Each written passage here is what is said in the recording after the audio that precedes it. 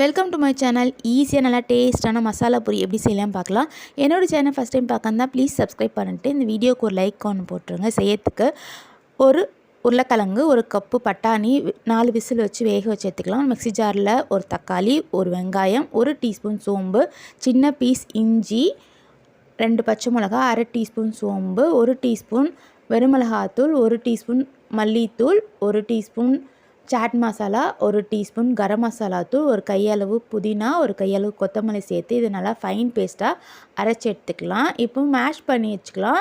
உருளைக்கிழங்கையும் பட்டாணியும் ஒரு வானல் வச்சுட்டு 4 டேபிள் ஸ்பூன் ஆயில் சேர்த்து நம்ம அரைச்சி வச்சுருக்க பேஸ்ட்டை இது கூட சேர்த்து மேஷ் பண்ணி வச்சுருக்க பட்டாணி உருளைக்கிழங்கையும் சேர்த்து 1 கப் அளவு தண்ணி இது கூட மிக்ஸ் பண்ணி ஒரு 5 மினிட்ஸ் கொதிக்க வச்சு இறக்கி வச்சுட்டு ரெடிமேட் பூரியை நல்லா பொடியாக்கிட்டு அது கூட கட் பண்ணி வச்சுக்க வெங்காயம் இந்த கிரேவியை சேர்த்திங்கன்னா ரெடி. நீங்களும் ட்ரை பண்ணி பாருங்கள். தேங்க்யூ.